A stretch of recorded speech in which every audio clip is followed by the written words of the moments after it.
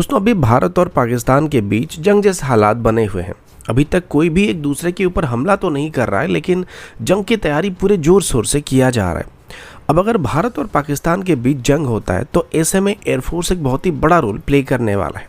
और जिस भी देश के पास बेहतर एयर पावर होगा वो एयर सुपेरिटी मेंटेन करने वाला है। अगर भारत और पाकिस्तान की एयरफोर्स की बात करें तो भारत के पास पाकिस्तान के मुकाबले काफ़ी बड़ी एयरफोर्स मौजूद है, लेकिन दूसरी तरफ पाकिस्तान की एयरफोर्स भी भारत से ज़्यादा पीछे नहीं है।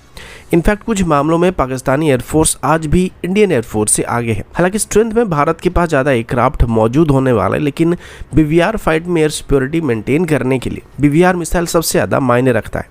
और ऐसे में चाइना की तरफ से पाकिस्तान को दिए गए PL-15 मिसाइल की वजह से पाकिस्तानी एयरफोर्स की JF-17 ब्लॉक 3 और J-10C जैसे एयरक्राफ्ट इंडियन एयरफोर्स की Su-30 MKI, तेजस, मिराज 2000 और MiG-29 UPG जैसे एयरक्राफ्ट के अगेंस्ट में बेहतर साइड में रहने वाले हैं। और इकलौता रफाल ऐसा एयरक्राफ्ट होने वाला है जो कि बीवीआर फाइट में पाकिस्तान की किसी भी एयरक्राफ्ट को पीछे छोड़ सकता है। लेकिन प्रॉब्लम यह है कि हमारे पास बस 36 रफाल मौजूद है, जिसमें से 18 ईस्टर्न फ्रंट में और 18 वेस्टर्न फ्रंट में डिप्लॉय किए गए हैं। यानी कि एक समय पर हमारे पास बस 18 रफाल ही मौजूद होने वाले हैं, जबकि पाकिस्तान के पास 50 से ज़्यादा JF-17 ब्लॉक 3 और 30 से ज़्यादा J-10 मौजूद होने वाले, जो कि हेड ऑन एंगेजमेंट और रफाल को आउट नंबर करने वाले और बाकी इंडियन एयरफोर्स के एयरक्राफ्ट को डिफेंसिव जाने के लिए मजबूर कर सकते हैं। क्योंकि मॉडर्न बीवीआर कॉम्बैट में जो दुश्मन को पहले डिटेक्ट कर पाता है और जिसके पास ज़्यादा रेंज तक फायर करने वाले बीवीआर मिसाइल होते हैं वही आगे रहता है। ऐसे में PL-15 मिसाइल की 145 किलोमीटर की रेंज को मैच करने के लिए मिट्योर मिसाइल के अलावा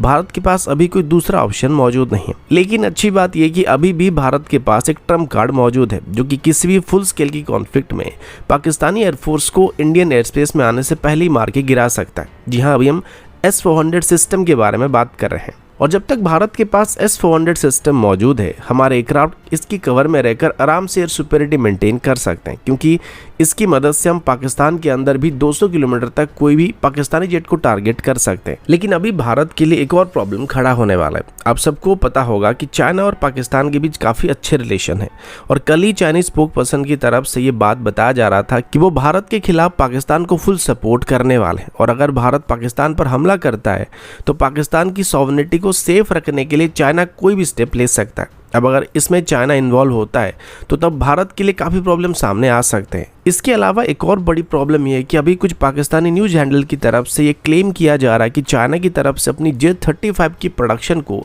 तेज करने का फैसला किया जा रहा है, और जल्दी ही पाकिस्तान को J-35 को डिलीवर करने की कोशिश चाइना की तरफ से किया जा रहा है। इसके अलावा पाकिस्तान की पायलट्स और क्रू मेंबर्स को भी J-35 को ऑपरेट करने के लिए चाइना की तरफ से पहले ही ट्रेनिंग देना स्टार्ट किया जा चुका है, और कई पाकिस्तानी मीडिया में इस बात को रिपोर्ट किया जा चुका है। हालांकि बहुत बार झूठ ही बोलते हैं, लेकिन अगर ऐसा हुआ और सच में पाकिस्तान को चाइना इस बीच J-35 को डिलीवर करता है तो ये भारत के लिए बहुत बड़ी चिंता की बात बन सकता है, क्योंकि टेक्निकली हमारे पास अभी कोई भी 5th जनरेशन फाइटर मौजूद नहीं है जो कि J-35 जैसे 5th जनरेशन फाइटर को काउंटर करने में सक्षम होने वाला है। हालांकि रफाल कैपेबल है, लेकिन 5th जनरेशन फाइटर के अगेंस्ट में रफाल ज़्यादा कुछ नहीं कर सकता, क्योंकि कुछ भी हो जाए J-35 रफाल को पहले डिटेक्ट करने वाला है। तो फिलहाल भारत के पास J-35 को काउंटर करने के लिए कोई भी फुल प्रूफ सोल्यूशन मौजूद नहीं है, और अगर चाइना अभी इन जेट को पाकिस्तान को डिलीवर करना स्टार्ट कर देता है तो ये भारत के लिए कंसर्न बनने वाला है। अब सवाल ये कि क्या J-35 को इतनी जल्दी पाकिस्तान को चाइना डिलीवर कर सकता है, या ऐसा पॉसिबल होने वाला है, क्योंकि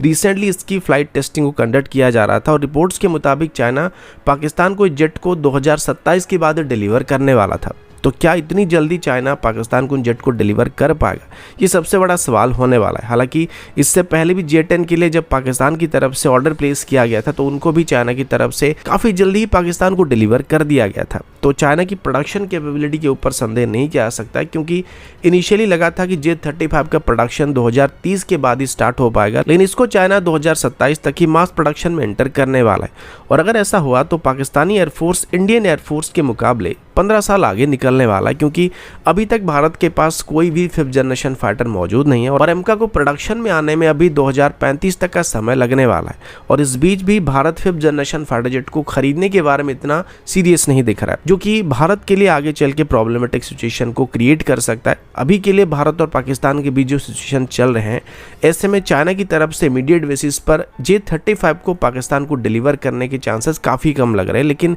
2 से 3 साल बाद अगर सेम सिचुएशन होता है तो पाकिस्तानी एयरफोर्स क्लियरली भारत से आगे रहने वाला है। और अभी भारत को सीरियसली आने वाले 2 से 3 साल के अंदर ही अपनी एयरफोर्स के अंदर imported 5th generation fighter jet को इंडक्ट करने के बारे में सोचना चाहिए, क्योंकि अब भारत का एक और नया दुश्मन पैदा होने वाला है और वो बांग्लादेश होने वाला है। और किसी भी जंग जैसे हालात में चाइना और बांग्लादेश भारत के साथ 3 फ्रंट को ओपन कर सकते हैं। इस पॉसिबिलिटी को भी कंप्लीटली इग्नोर नहीं किया सकता है, जिस वजह से अभी से ही भारत को 5th जनरेशन फाइटर को अपने सर्विस में शामिल करने के बारे में सोचना चाहिए। तो दोस्तों अभी के लिए इतना ही, मिलता हूँ आपसे अगले वीडियो में, तब तक के लिए जय हिंद, वंदे मातरम।